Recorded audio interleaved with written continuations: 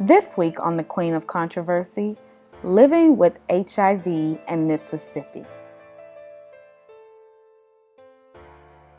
What HIV did for me was it slowed me down.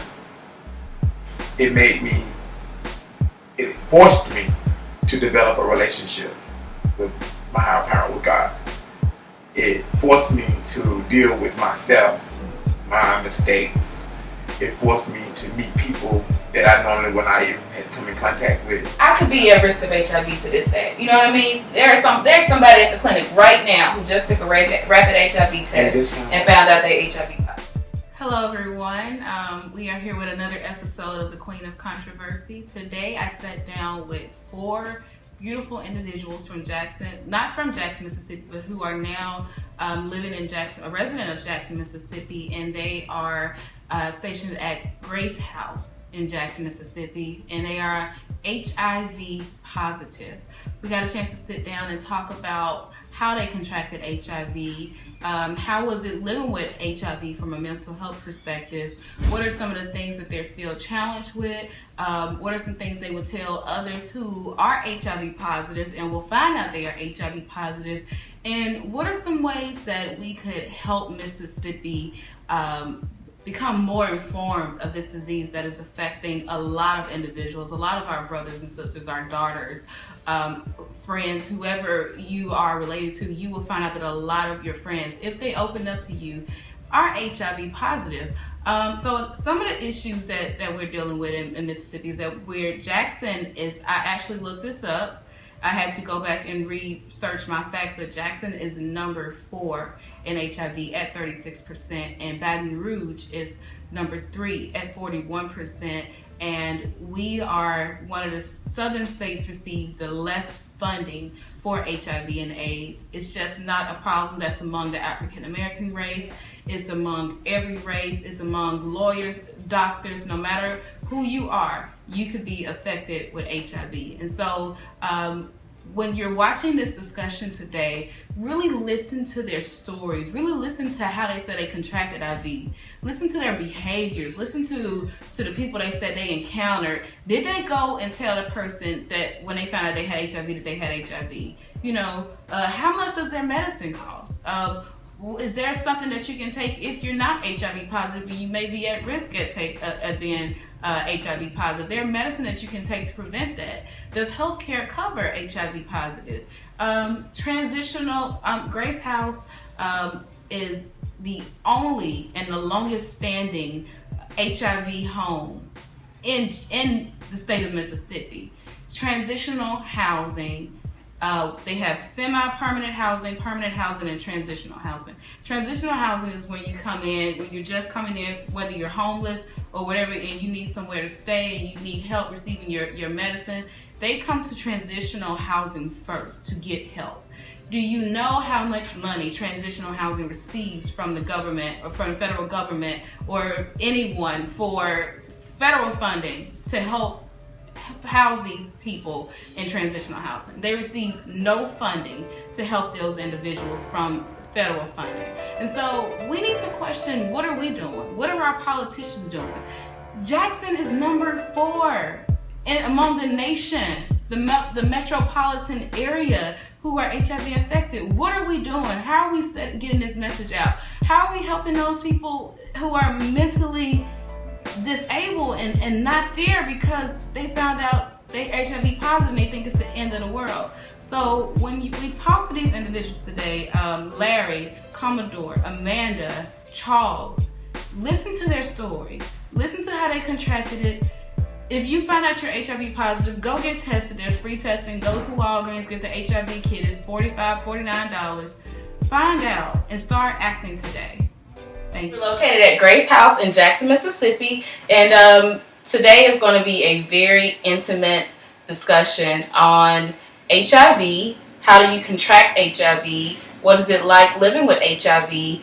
And what are some other things you should be informed of as it relates to this virus that is very prevalent in Mississippi and Jackson. Jackson ranks number 4. And among metropolitan cities, areas. And Mississippi ranks number 20. So, but we're here today with 4 people, as I mentioned, who are going to tell you a little bit about themselves. And again, we're going to go into whatever they want to talk about. So I'll start with our gentleman here. Hello, my name is Larry. I contracted HIV with a female in Pensacola, Florida. I moved to Atlanta, Georgia, and I wanted to take a random drug test. I also wanted to give blood, and I gave blood, and they called me to come back up there after 2 weeks, and they told me that I was HIV positive. Hello, I'm Commodore Barnes. I found out I was HIV positive in 1999. It's been up and down, but for the most part, the plus side of that is, truthfully, it's made me a better person. I've had some good times and I've had some bad times, but the best part about it, finding out I was HIV positive, and now I'm at a point. I'm at this stage of my life. In a way, I'm grateful for it, and to say that is because of the person that I am now. I have a greater love for my fellow man, but I have mostly a greater love for my God. How I found out, it was through a heterosexual relationship. I was running out of excuses with my girlfriend and my side chick. And I had this brilliant idea that if I go to jail, that would be the perfect excuse. While I was in jail, I had some old warrants, and I thought while I was in jail, they ran around a blood test on me, and that's how I found out. Okay. And what was your reaction when you found out? I wasn't even concerned about myself. My first reaction was my girlfriend and my side chick. I was more concerned about them. Making a phone call from jail to tell them to go get tested was the hardest thing I ever had to do. Did both of them? Both of them are safe. They were good. They were negative? They were negative. Okay. They were both negative. Because that's another, when we talk about, me and Amanda were having a discussion before the cameras roll about the people's ignorance, and I'm going to use the word ignorance because that's everybody's language, about HIV. If you have sex with someone who is HIV, there's a chance that you cannot catch it, but I'll let y'all lead this, but I just wanted to point that out since you said that. Thank you. All right, Charles. Hi, my name is Charles. I've tested positive in 1999 as well. Charles, don't you want to speak up so all the beautiful people can hear your beautiful voice? Hi, my name is Charles. I found out I had HIV in 1999. I contracted it through a needle stick. I am a nurse practitioner, and doing emergency triage, grabbing power sheets, and the needle went through my hand. Not only did I contract HIV at that time, I also contracted hepatitis C. I didn't find out about either one of them at the time. It was much, much later, almost 10 years, before I actually found out that that's where I got it from. And there's still questions about that, but that's the only time that I can actually think of other than another incident. But other than that, I think that's probably more likely than not than where I got it from. Talk a little bit about your relationship and your love life. What's your sexuality? Homosexual. Okay. With it, as they call it, statistic MSM. That life. What's MSM? No, you can say it. Men that sleep with men. Okay. And that, unfortunately, is one of the highest rates of HIV people that contract HIV right now. Although it is higher among African American women because of the quote unquote down low men that also sleep with men, that also sleep with women. But I contracted mine through that, and my biggest fear for me was sleeping with other people. So basically what I did was I went to like a celibate type thing for a long time because I didn't didn't have the heart to sleep with anybody because I was afraid I was going to give it to them. So a lot of things of acceptance of my family. My family no longer speaks to me. Once they found out, they have not spoken to me since 1999. The friends that I had at that time, they're not there anymore because of the ignorance, that the stigma that's attached to HIV, uneducated people not want to know, don't care, you know. It's so it changed my whole life. But as he said, it has been a blessing for me. It's not a curse. It wasn't a death sentence. It actually changed my entire life. For that reason, I say that because the lifestyle that I led at the time was very promiscuous, careless. So didn't have a relationship with God at all. No type of religion whatsoever, and didn't care about other people. Very selfish, all about me. And what HIV did for me was it slowed me down. It forced me to develop a relationship with my higher power, with God. It forced me to deal with myself, my mistakes. It forced me to meet people that I normally would not even have come in contact with without talking about them first. It changed my whole mindset of judgment, judgmental behavior, everything. So it also opened doors for me because of the HIV, I ended up going back to the CDC and specializing in STD so that I could go out into the community as an outreach coordinator and speak to people in public and let them know, put a face, a voice to this disease. I'm not afraid, I'm not ashamed to tell people who I am, what I have, because I think it's important that, especially in our culture, that we speak out. You know, because somebody needs to start to uncover this, because as long as you keep it covered up, the ignorance will prevail and it will continue to perpetuate without generation to generation. At some point, we have to stop the cycle and start taking accountability for our own culture, our own race, our own people. And I think it starts at home. It starts in its home state. It starts wherever you live at. It starts in your community. It starts in churches, wherever you need to talk about it at, get it out there. And you said something before I go to Amanda. I touched on this in my last interview. African Americans, we have to stop this image thing. We are so concerned with what people will think of us.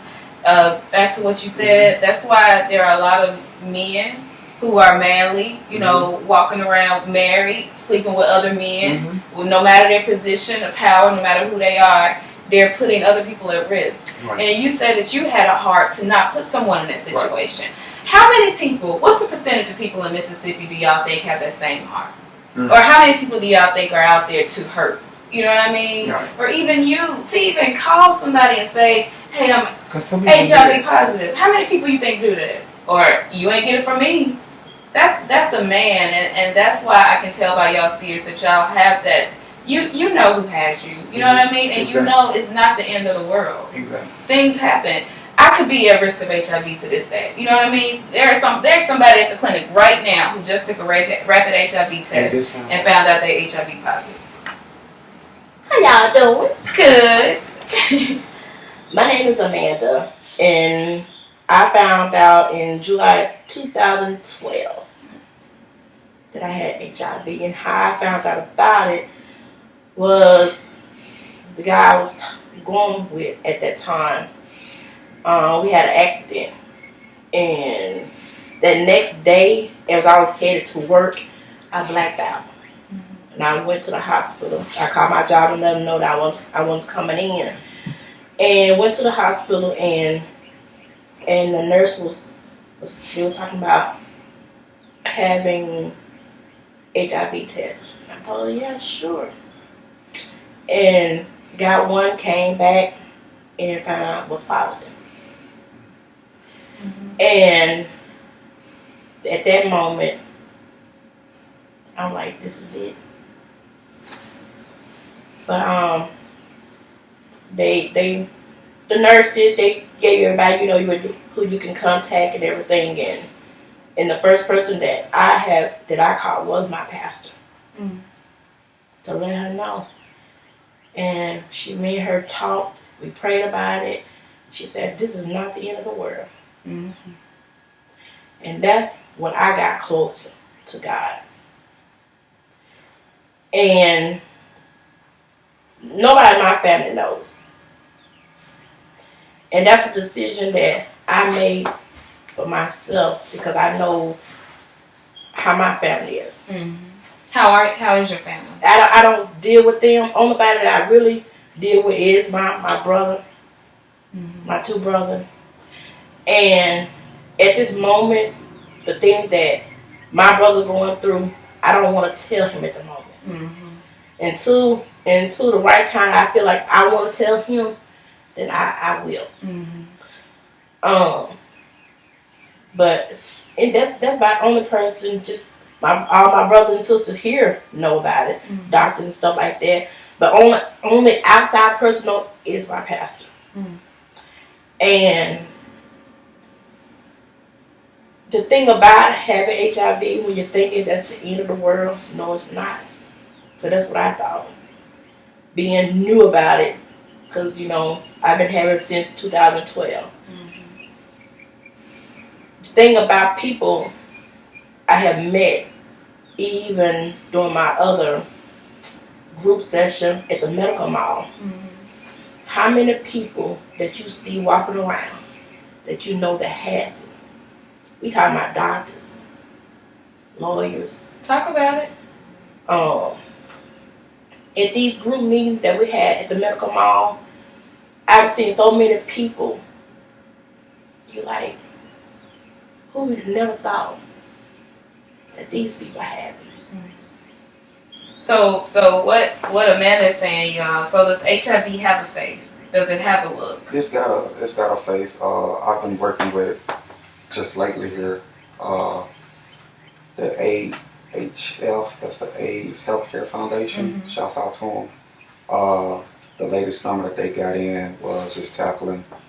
It's just so crazy how it's going. I mean, yeah, it's hitting the black community harder, and the minorities. Could you give a guesstimation of how many people? I can tell you that it's now tackling the youth. The youngest age span that came across the table was 12, 13, 14. But that it's now tackling the youth. The youngest age span that came across the table was 12, 13, 14. 12, 13. Okay. Up in that age group. And I can see that with a lot of the youth because of today's youth have this the attitudes that come out of the youth are this non-touchable. Let's talk about the attitude of the youth because I have a lot of young viewers. I think the youngest probably 9 or 7 that watches my channel. So let's talk about the attitude of the youth. Well, the attitudes of the youth right now, I can touch on how I came up as a youth, how I was, but I know it's not like that because of the parents that I had. With the upbringing I came in, I was raised by my grandparents, and a lot of stuff that we did, today would be unheard of. And I think with today's youth that's coming up because of, it's like the breed of the parents of kids having kids, or now those kids have gotten older, where they didn't have that upbringing, they didn't have that strong foundation. So now you have, like you said, kids raising kids. Yeah, it's kids. So So how are you all's parents? Could you talk back to your mom?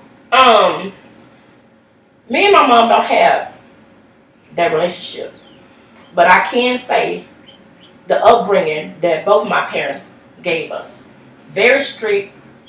They provided for us, and that's one thing I do appreciate. The bringing up how they brought us up, and I really truly appreciate about that. But the thing that I see in the younger generation is just like we all talking about.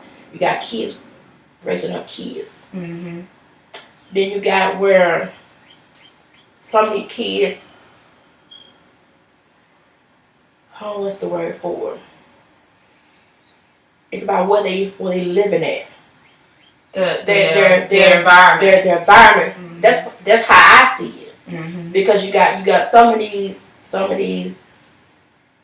parents, they're young. They're in the system, and it's just a cycle. So did you all's parents talk to you about sex? Because I had a talk earlier about nobody talks to the kids about sex. Nobody knows how to bring up a condom in the bedroom. Like, I'm from a 2-parent household, and I was molested from the age of 3 by other family members as well as my church pastor. So you didn't, from the community that I was raised, a small community, black community, you didn't talk about taboo things with your family because, first of all, you don't bring that up. We don't talk about that. Even back then it was so much as when a young lady would get pregnant, she would disappear. What's she? Oh, she up north. There's always a way to keep everything covered up. So we didn't have sex ed in school.